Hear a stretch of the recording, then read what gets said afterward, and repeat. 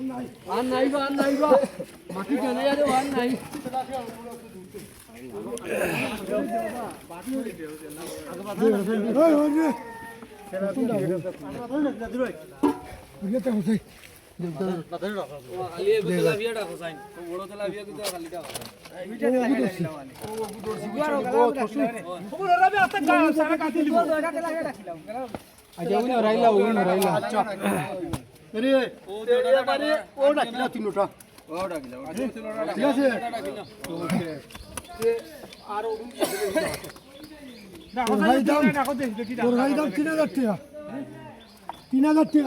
এই তিনটা মাছ বিক্রি হয়েছে লাস্ট 1800 টাকা বিক্রি হয়েছে। আলহামদুলিল্লাহ, মসজিদের মাছ মানুষ একটু দাম দিয়েই নেয়।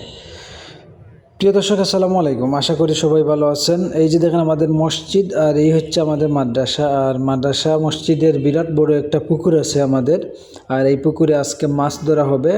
মসজিদের মাইকিং করা হয়েছে। যেহেতু মাইকিং করা হয়েছে, অনেক মানুষও আসছিল।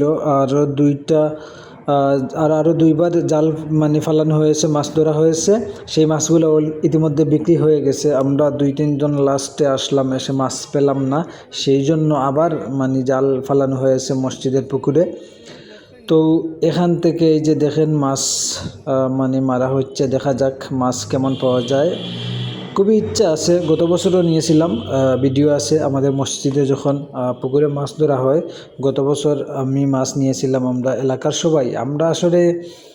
সবাই আমরা মসজিদের মাছের পুকুর থেকে মাছ ধরে আমরা সবাই খাওয়ার চেষ্টা করি।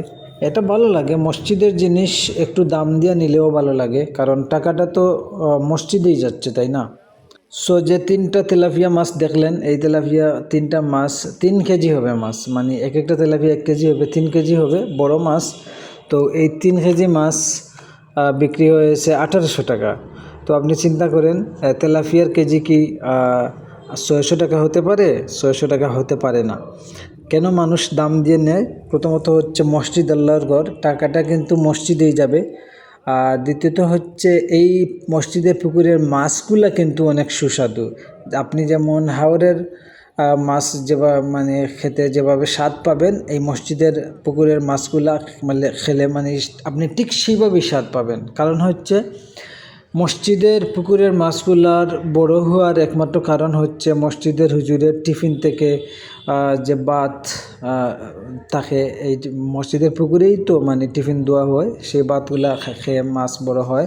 এক্সট্রা কোনো মাছের খাবার এগুলো আসলে তেমন একটা দেওয়া হয় না, হয়তো মাঝে মধ্যে দেওয়া হয়, যে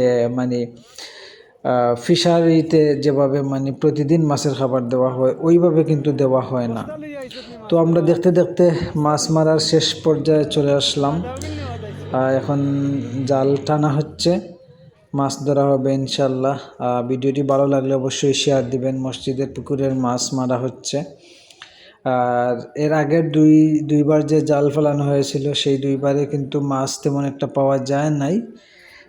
কারণ হচ্ছে যেটুকু মাছ পাওয়া গেছে ওই মাছগুলো মাত্র 14 থেকে 15 হাজার টাকা বিক্রি হয়েছে। কিন্তু গত বছর একেবারের মাছ প্রায় 45 থেকে 50 হাজার টাকার মতো মাছ বিক্রি হয়েছে, কিন্তু এই বছর মাত্র 14 থেকে 15 হাজার। এখানে জালে মাছ একেবারে কম দেখতেছি। এখানে যদি আরও বেশ মাছ হয় তাহলে বেশ 5-6 বা 7 হাজার টাকার মাছ হবে, এর বেশি কিন্তু হবে না।